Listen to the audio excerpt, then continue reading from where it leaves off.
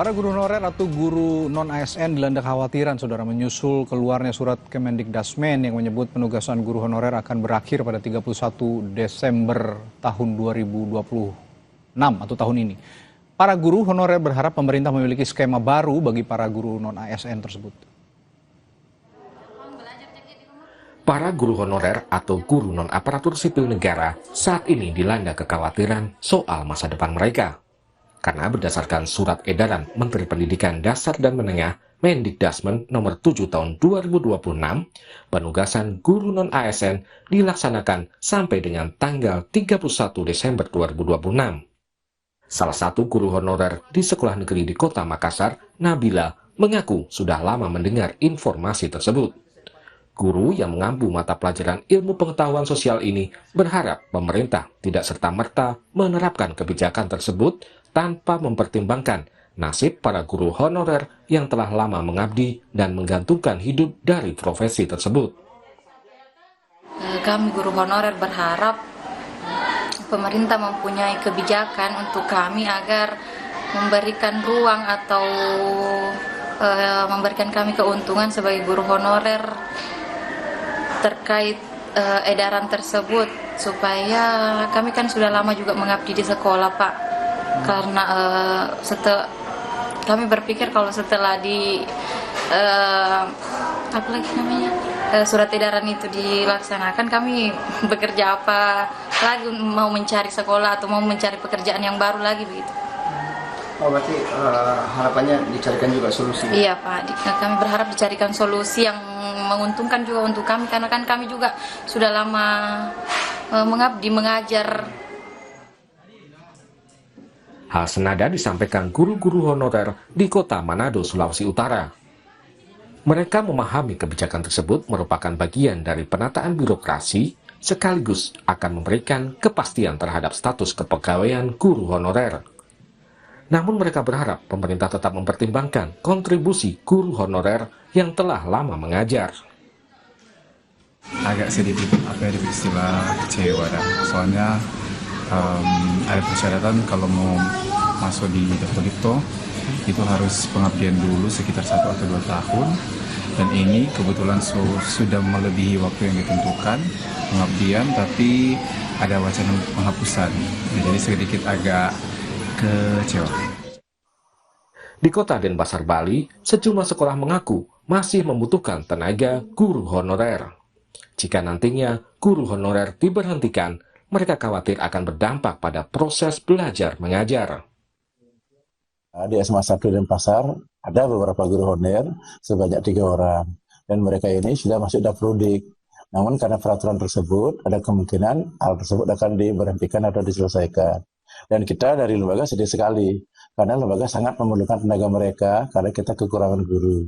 Kalau itu sampai diambil dan diberhentikan, maka akan mengganggu proses pembelajaran. Para guru honorer tentu berharap pemerintah bisa segera memberikan kepastian status kepegawaian mereka sebelum ketentuan di surat edaran Kemendikdasmen diberlakukan awal tahun depan. Tim Liputan, Kompas TV. Menteri Pendidikan Dasar dan Menengah Abdul Mukti merespons kabar guru honorer tidak lagi bisa mengajar di sekolah negeri mulai awal tahun 2027. Mendikdasmen bilang hal itu sesuai dengan amanat Undang-Undang Aparatur Sipil Negara yang mengatur penataan pegawai non-ASN. Mendikdasmen menyatakan perekrutan dan penugasan guru honorer menjadi tanggung jawab pemerintah daerah. Kementerian yang dipimpinnya hanya bertugas membina para guru, termasuk guru honorer, dalam meningkatkan kompetensi. Soal status para guru non-ASN ke depan, Mukti meminta hal itu dikonfirmasi lebih lanjut kepada Menteri Pemberdayaan Aparatur Sipil Negara atau Aparatur Sipil Negara dan Reformasi Birokrasi. Untuk rekrutmen guru itu oleh pemerintah daerah, penugasan juga oleh pemerintah daerah, termasuk juga kalau itu menyangkut guru honorer, sebenarnya istilah honorer itu tidak dikenal lagi dalam undang-undang, dia sebutnya dengan guru non-ASN. Itu juga oleh pemerintah daerah. Terkait dengan ramainya isu guru non-ASN yang per 31 Desember tidak akan ditugaskan sebenarnya mengacu pada Undang-Undang ASN. Yang di Undang-Undang ASN itu disebutkan bahwa istilah honorer nanti tidak ada lagi. Nah, mungkin karena ini menyangkut kebijakan dan pelaksanaan Undang-Undang ASN, saya berpendapat akan lebih clear and clean kalau yang memberikan penjelasan adalah Ibu Menpan RB.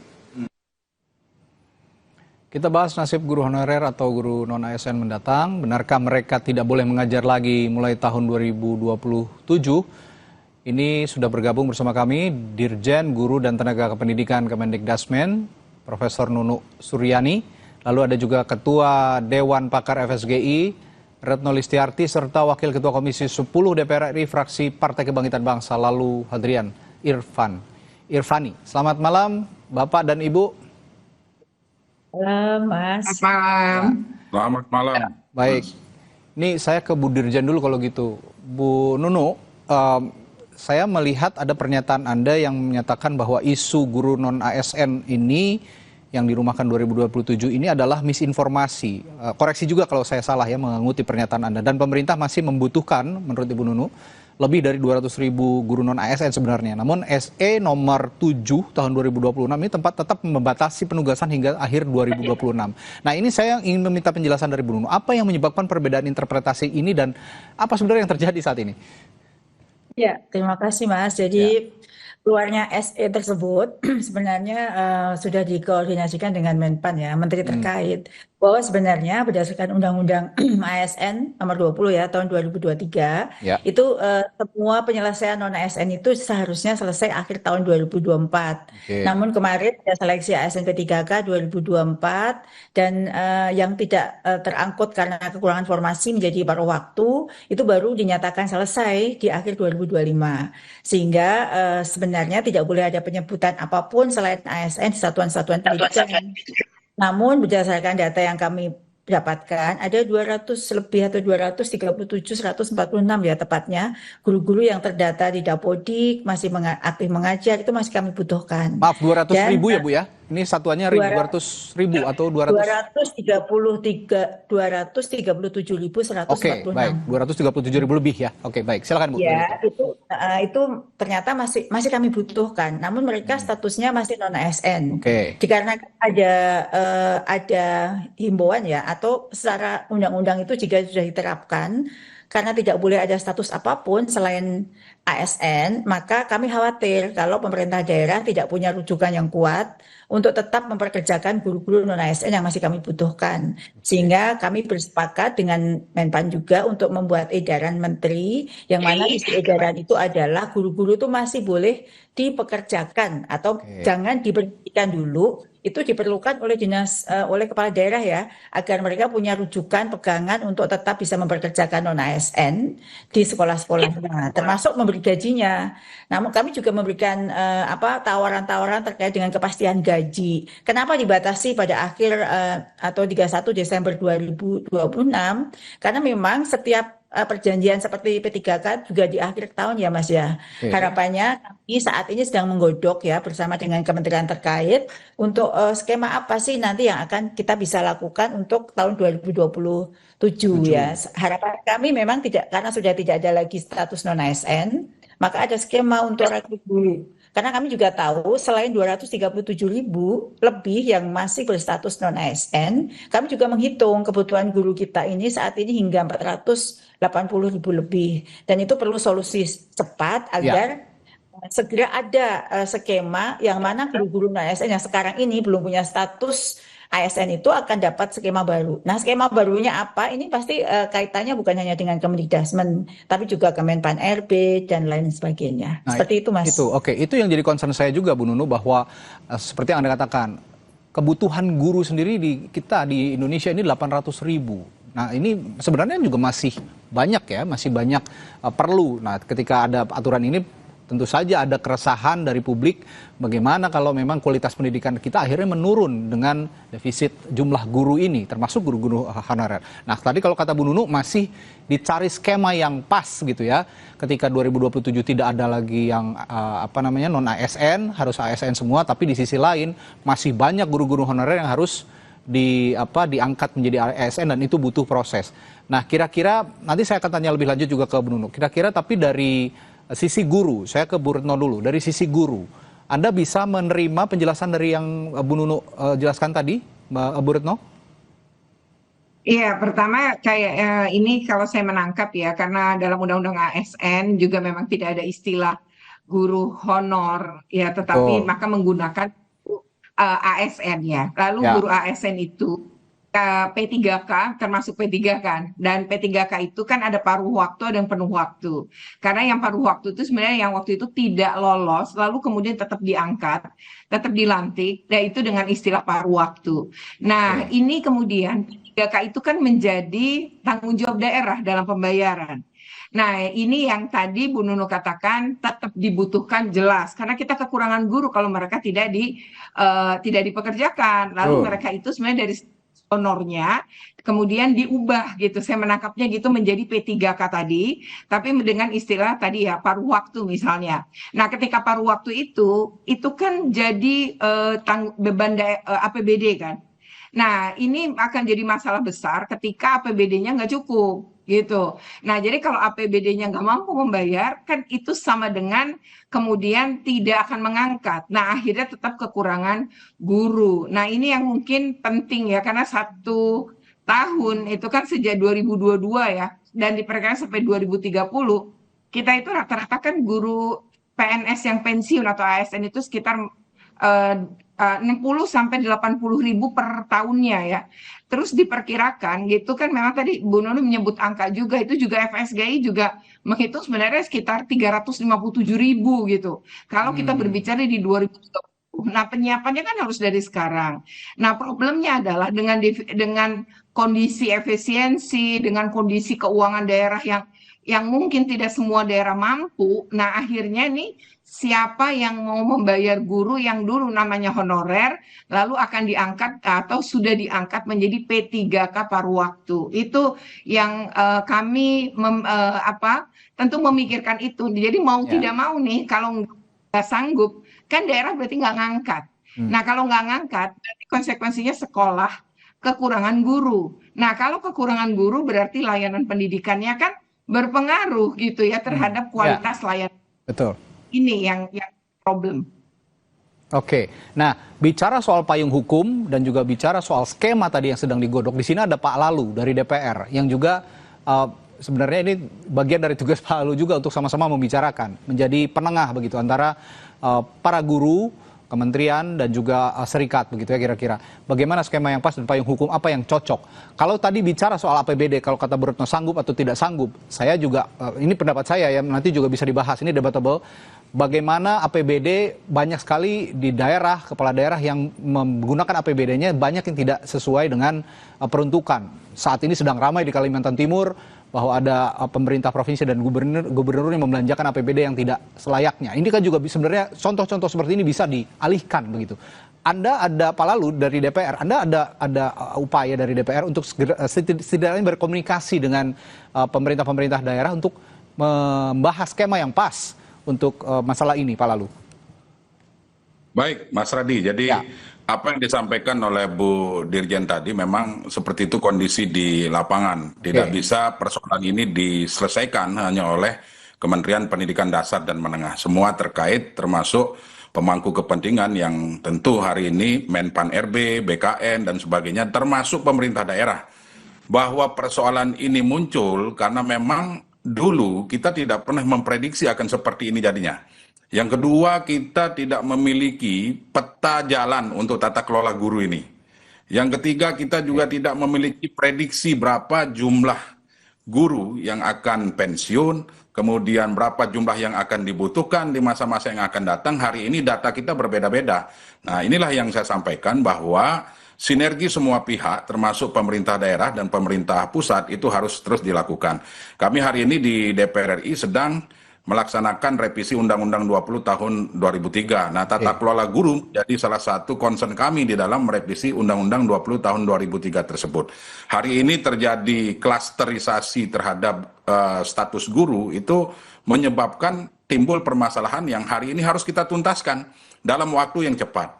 Nah, contoh hari ini ada P3K paruh waktu, ada P3K penuh waktu, kemudian ada juga yang PNS statusnya. Nah, oleh sebab itu tentu kami di DPR berharap dan kami selalu menyuarakan bahwa ini harus segera dihentikan. Kalau kita hari ini mengembalikan kepada pemerintah daerah, ya tentu tidak akan mampu pemerintah daerah dengan fiskal yang mereka miliki hari ini. Jumlahnya gede banget ini, jumlahnya besar dan harus ada solusi. Nah, jadi kita harus sepakat kriteria seperti apa yang harus diangkat menjadi PNS, kemudian kebutuhan kita berapa, formasi yang dibutuhkan berapa, yang pensiun berapa, ini juga kita harus punya data yang real, Bu Dirjen.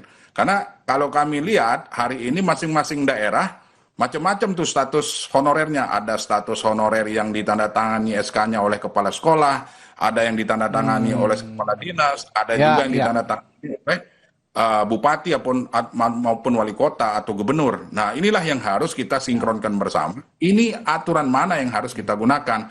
Apakah yang ditandatangani oleh kepala sekolah itu bisa juga direkrut atau seperti apa? Nah, inilah yang harus kita segera bahas bersama. Persoalan ini harus kita tuntaskan, tidak bisa berlarut-larut. Seperti itu, Mas. Tentu saja tidak bisa berlarut-larut karena menghitung 2027 ya hitungan bulan begitu ya. Kalau memang ini harus diberlakukan. Jadi skema yang harus benar-benar dibicarakan dari sekarang. Kalau tadi kata Pak Lalu harus ada peta jalan, roadmap gitu, dan juga keseragaman SK tadi. Ada yang SK-nya SK kepala dinas, kepala sekolah, wali kota, kepala daerah begitu ya. Nah, ini penyeragaman SK ini juga harus ditertibkan. Nanti saya akan tanyakan ke Bu Dirjen bagaimana kira-kira nanti menyusun roadmap dan juga penataan database guru yang disebut guru honorer ini sehingga bisa juga sama-sama ditelaah dan juga dikaji berapa sebenarnya jumlah pasti guru honorer yang bisa kita tanggulangi bersama terutama oleh Kemendikbudrismen. Setelah jeda di Sapa Indonesia Malam Total bersama kami.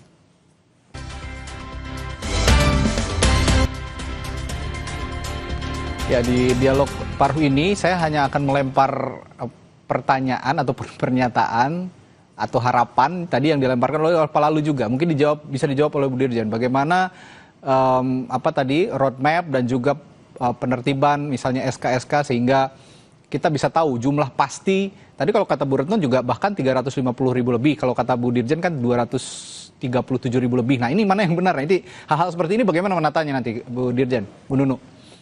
Ya, terima kasih. Jadi kalau peta jalan pemenuhan kebutuhan guru tentu kami ada jumlah data guru pensiun setiap tahun tentu kami punya, ada data pokok pendidikan ya.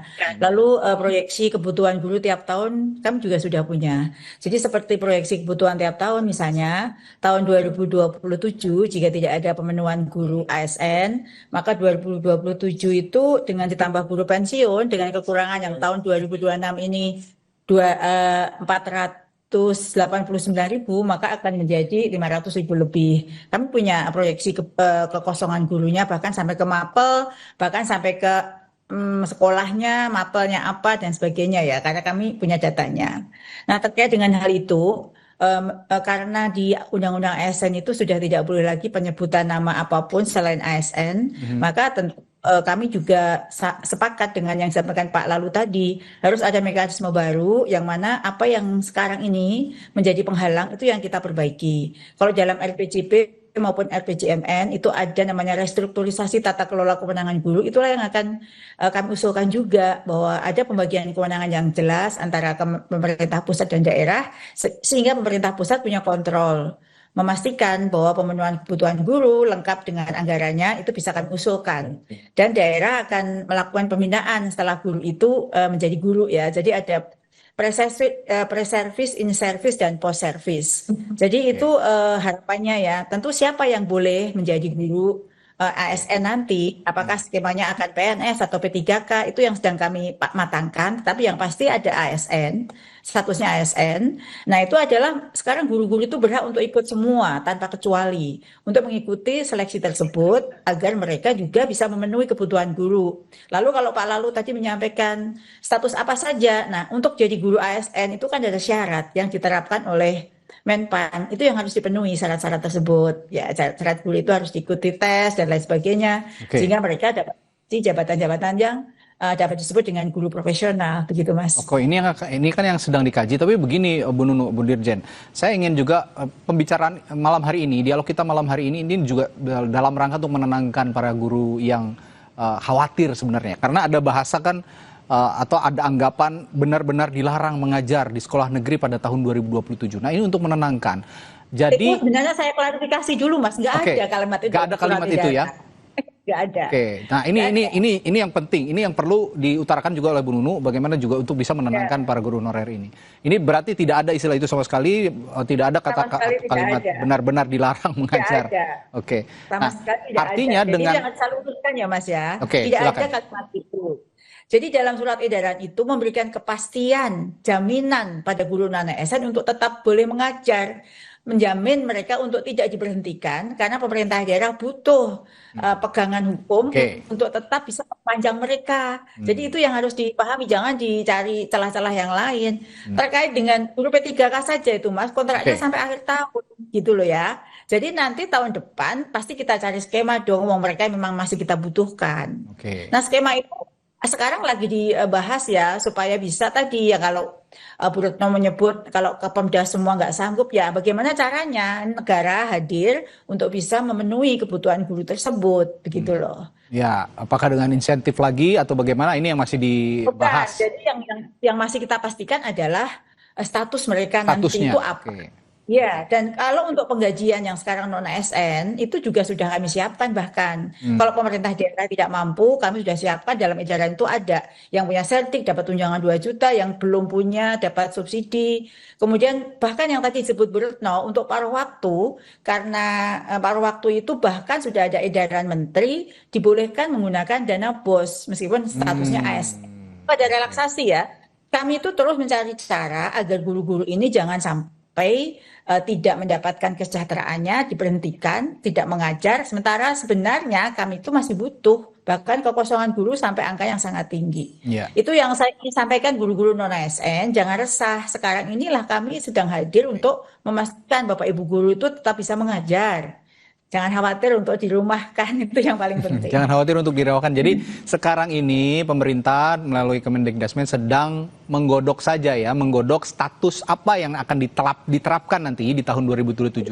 Tapi perkara mereka masih bisa mengajar, ini sangat bisa, bahkan masih bisa dikatakan bisa mengajar dan akan memperoleh hak-haknya mereka. Iya, tunjangannya pun untuk non-ASN itu kan sudah kami hitung, yang mereka yang 237.000 itu tunjangannya mereka sudah ada, insentifnya sudah ada, naik semua di tahun 2026 ini Mas. Nah Bu Retno, kalau begitu dari penjelasan Bu Dirjen tadi, kira-kira para guru honorer yang juga bisa Anda wakili malam hari ini, apakah juga bisa merasa tenang, tidak merasa gusar, mereka kan khawatir 2027 bagaimana nasib kami, bagaimana Bu Retno? Ya. Pertama kan ini sebenarnya kalau kita nyimak ya dan membaca esai itu sesungguhnya guru-guru ini tuh dipastikan statusnya oleh kementerian gitu. Jadi istilah yang disebut dengan honorer itu udah nggak ada. Lalu berganti dengan istilah kan ASN tadi.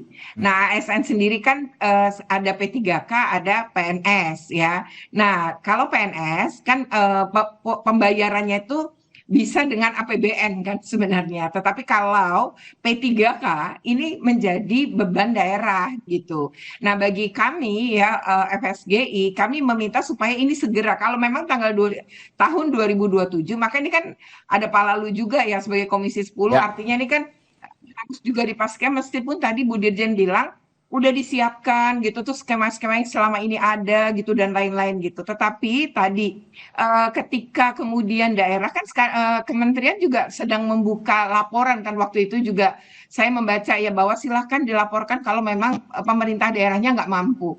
Nah sekarang ini ketidakmampunya seberapa sehingga Kementerian Pendidikan menurut saya kan jadi bisa menghitung gitu ya, dan ini nanti harus ke Pak Lalu nih DPR gitu kan ya. Kemudian bagaimana kami FSGI adalah bagaimana memastikan guru-guru ini dengan status barunya tadi gitu ya, itu tetap digaji gitu, tetap dibayar. Bahkan sebenarnya kalau P3K menurut saya itu kan mau paruh waktu, paruh waktu misalnya, itu sebenarnya mereka juga artinya bisa UMR akhirnya gitu kan, mau nggak mau gitu. Jadi tadi Ibu Dirjen juga nyebut dana BOS gitu. Nah, cuma kan dana BOS itu memang terbatas untuk bayar guru honor ya Bu Dirjen ya. Jadi untuk membayar honor guru gitu. Karena sekarang kan prosentasenya kalau sekolah negeri dengan sekolah swasta memang beda ya. Tapi sekolah negeri itu kan 20% ya. Jadi itu angkanya tinggi. Jadi kalau misalnya saja kalau kita mendapatkan setahun itu 10 juta deh misal angkanya gitu, maka kan 20%-nya hanya bisa 2 juta gitu kan. Tapi kalau dana BOS kan berjuta-juta gitu, artinya berapa jumlahnya gitu kan. Semakin banyak murid maka semakin banyak dapat. Nah problemnya kan untuk yang sekolah-sekolah mungkin negeri itu juga ada yang muridnya tidak banyak kan di berbagai daerah.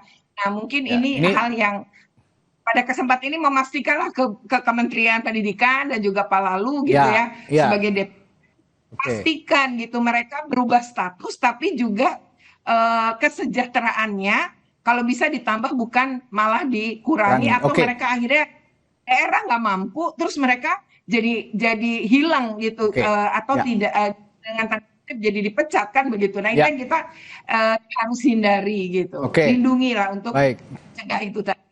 Ya, kalau gitu ya terakhir Kepala Lalu, bagaimana Anda mengawal di DPR kalau begitu? Tadi kan ada pembahasan skema dan singkat saja soal nanti pembahasan anggaran di tahun 2027 khususnya untuk kalau memang tidak boleh disebut lagi guru honorer, ya tadi kalau kata Pak Bu Retno kan guru-guru paruh waktu. Bagaimana status mereka nanti? Bagaimana mengawal ini, Pak Lalu? Ya, tentu kami di Komisi 10 sangat senang, sangat gembira mendengar penjelasan dari Bu Dirjen tadi bahwa ternyata tidak ada tidak ada penghentian status, artinya hanya sekedar berubah nama saja. Ya, berubah beralih gitu ya. Ya, jadi berubah nama yang tadinya P3K paruh waktu, P3K penuh waktu berubah menjadi non-ASN.